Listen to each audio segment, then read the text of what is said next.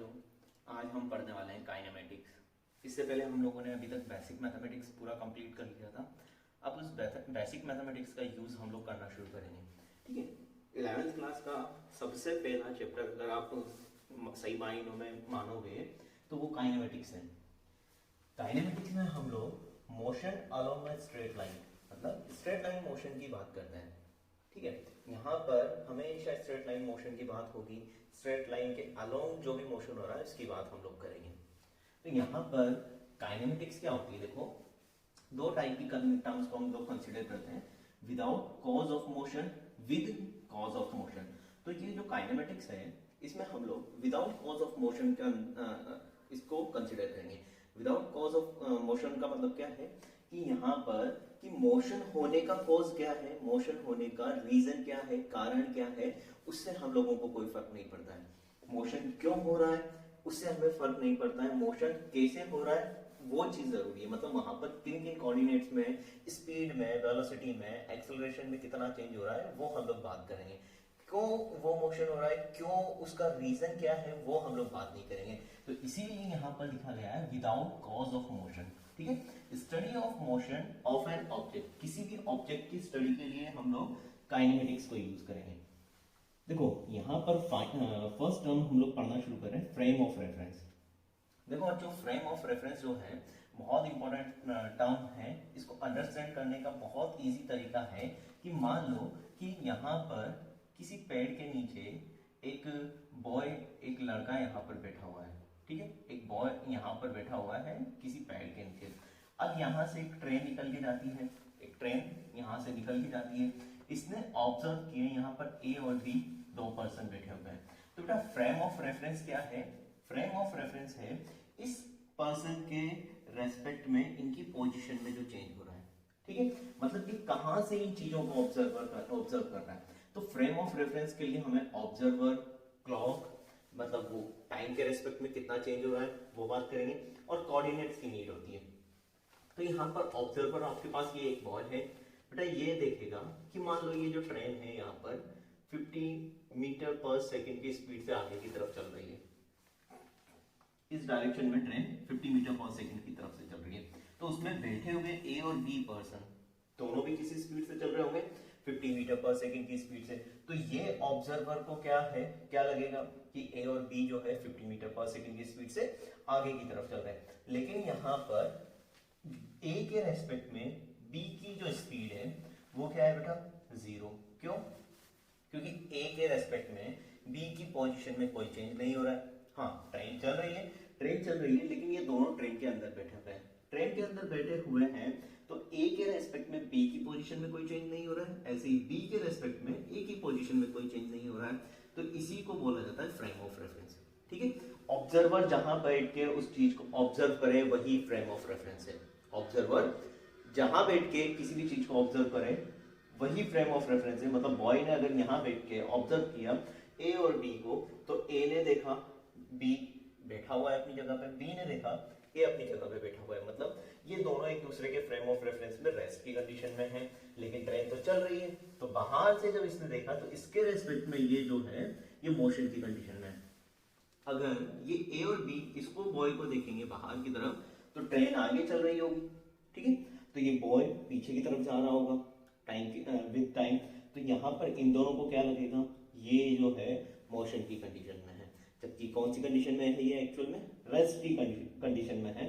तो बच्चों इसी को फ्रेम ऑफ रेफरेंस कहा जाता है, इसी को फ्रेम ऑफ रेफरेंस कहा जाता है। ठीक है, आगे हम लोग बात करते हैं रेस्ट एंड मोशन की।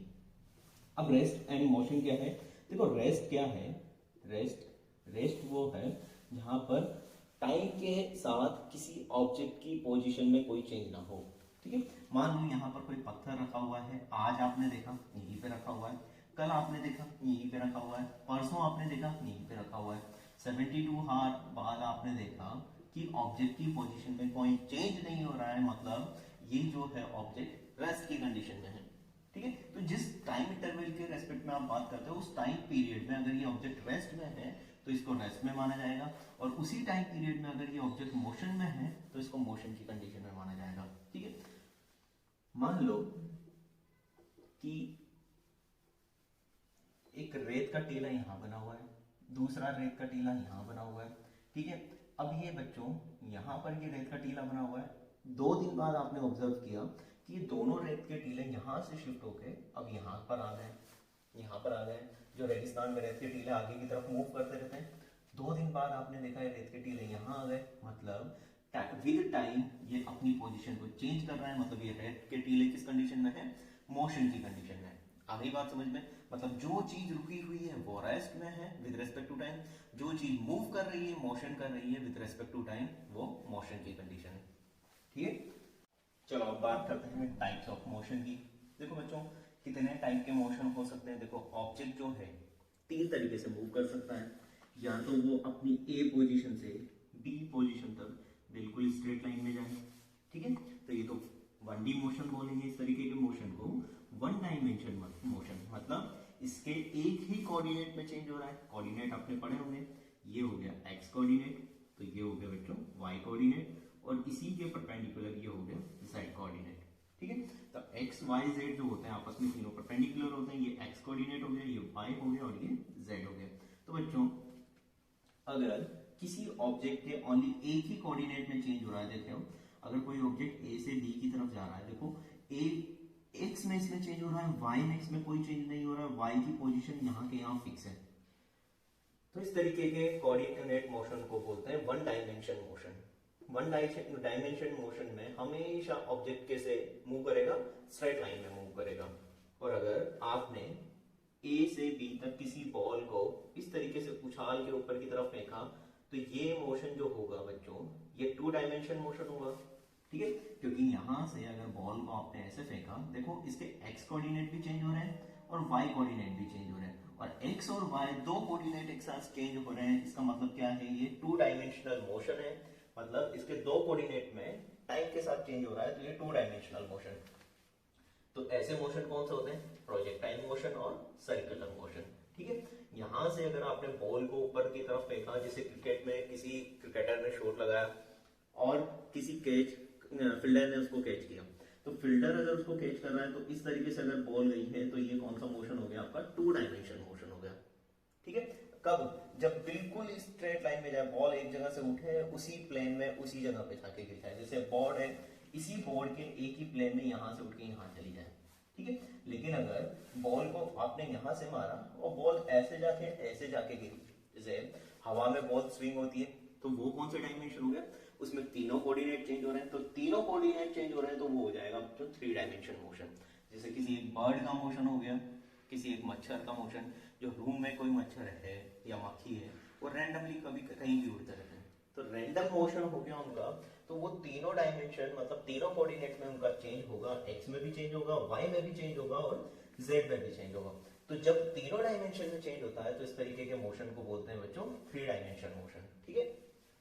तो 1 डायमेंशन मोशन का एग्जांपल है स्ट्रेट लाइन, 2 डायमेंशन मोशन का एग्जांपल है प्रोजेक्टाइल मोशन और सर्कुलर मोशन, 3 डायमेंशनल मोशन का एग्जांपल है हमारे पास मोशन ऑफ बॉल, ठीक है। यहां पर अगली बात करते हैं हम लोग, देखो हम लोगों के जो सिलेबस में है, ये 2 ही तरीके के मोशन को हम लोग स्टडी करेंगे। 11th क्लास में हम लोग 2 ही तरीके के मोशन को स्टडी करेंगे, 1 डायमेंशनल मोशन और 2 डायमेंशनल मोशन, ठीक है। बात करते हैं डिस्टेंस और डिस्प्लेसमेंट क्या होता है। देखो बच्चों, किसी भी ऑब्जेक्ट का कोई भी एक्चुअल पाथ जो होता है, जैसे मान लो कि एक कोई सिटी बना हुआ है, यहाँ पर एक सिटी बनी हुई है, और ये सिटी का कोई सर्कल हो गया, सर्कल के यहाँ पर भी घर है, इन जगह पे सब पे घर बने हुए हैं, ठीक है, यहाँ पर एक घर बने हुए हैं। अब यहाँ पर कोई एक पर्सन है, ए बॉय, ये यहाँ से निकलता है, इधर जाता है और यहाँ चला जाता है, ये बी पोजीशन हो गई। तो ए से बी तक जितना इसने एक्चुअली अपना पाथ ट्रेवल किया, जितना यहां से निकल के यहां गया, तो ये इसका डिस्टेंस हो गया। अगर बच्चों ये इस पूरी सिटी का इस तरीके से चक्कर लगा के यहां से निकल के पूरा यहां तक आता, तो क्या इसका एक्चुअल पाथ चेंज हो गया? हाँ, तो इसकी डिस्टेंस भी चेंज हो जाएगी।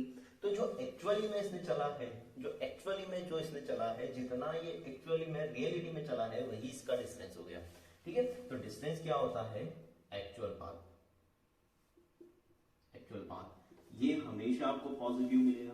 देखो डिस्टेंस कभी नेगेटिव नहीं हो सकती है। अगर आपकी गाड़ी के मीटर में आपने देखा कि आप घर से जा रहे हो किसी भी, मान लो एक शॉप पे जा रहे हो, 5 किलोमीटर दूर है, तो डिस्टेंस कितना हो गया 5 किलोमीटर। अब वापस चल के आप आ जाओगे तो कितना होगा 10 किलोमीटर। क्या जीरो हो जाएगा? नहीं। क्या माइनस में जाएगा? नहीं। तो कभी भी डिस्टेंस जो होती है माइनस में नहीं जाती, हमेशा किसी होगी बच्चों पॉजिटिव होगी। ठीक है, हमेशा डिस्टेंस कैसी होगी? पॉजिटिव होगी। अब बात करते हैं डिस्प्लेसमेंट। देखो डिस्प्लेसमेंट क्या है? डिस्प्लेसमेंट है इनिशियल और फाइनल पोजीशन के बीच की स्ट्रेट लाइन।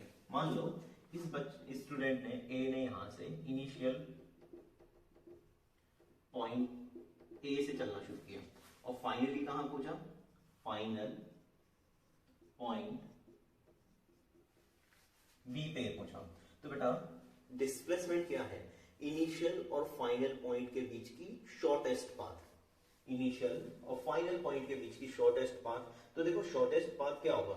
ये यहां से यहां तक एक रस्सी बांधेगा, उसको बिल्कुल स्ट्रेट लाइन में रखेगा, उसको बिल्कुल स्ट्रेट लाइन में रखेगा, और ये जो स्ट्रेट लाइन होगी इसी रस्सी पे लटक के जाएगा, तो ये इसका हो गया डिस्प्लेसमेंट।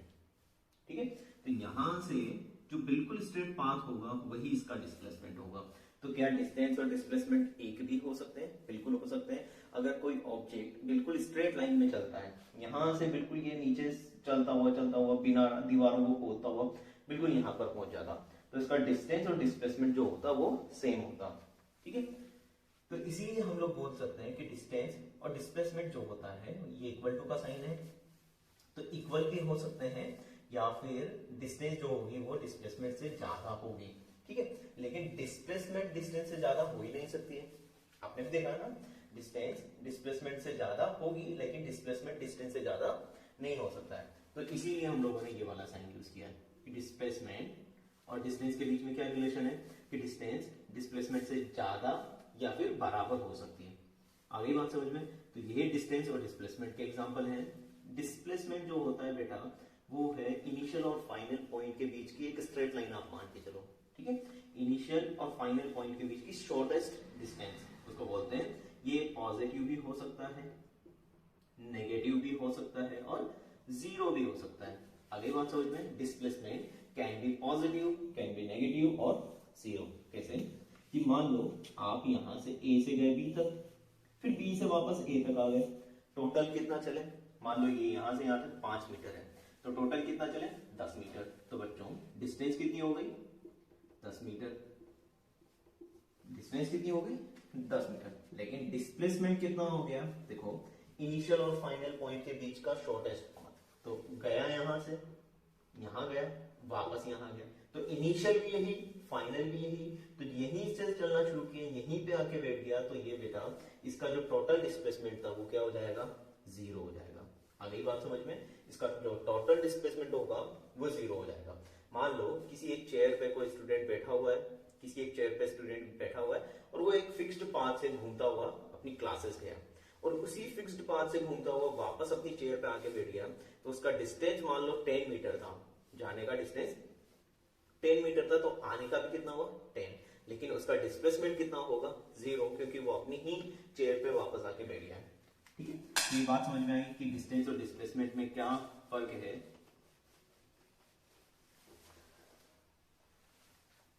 अब बात करते हैं पोजीशन वेक्टर की। ठीक है, देखो पोजीशन वेक्टर क्या है? मान लो कि कोई ऑब्जेक्ट, ये x कोऑर्डिनेट है इसका, ये y कोऑर्डिनेट और ये z कोऑर्डिनेट है बच्चों, ये z कोऑर्डिनेट है, और कोई ऑब्जेक्ट इस जगह पे रैंडमली प्रेजेंट है, मतलब ये x है, ये y है और z यहाँ पर कहीं पे है, तो ऑब्जेक्ट यहाँ रैंडमली कहीं पे प्रेजेंट है, तो उसको कैसे रिप्रेजेंट करोगे? इनके ओरिजिन से वहां पर आपने स्ट्रेट लाइन बनाया।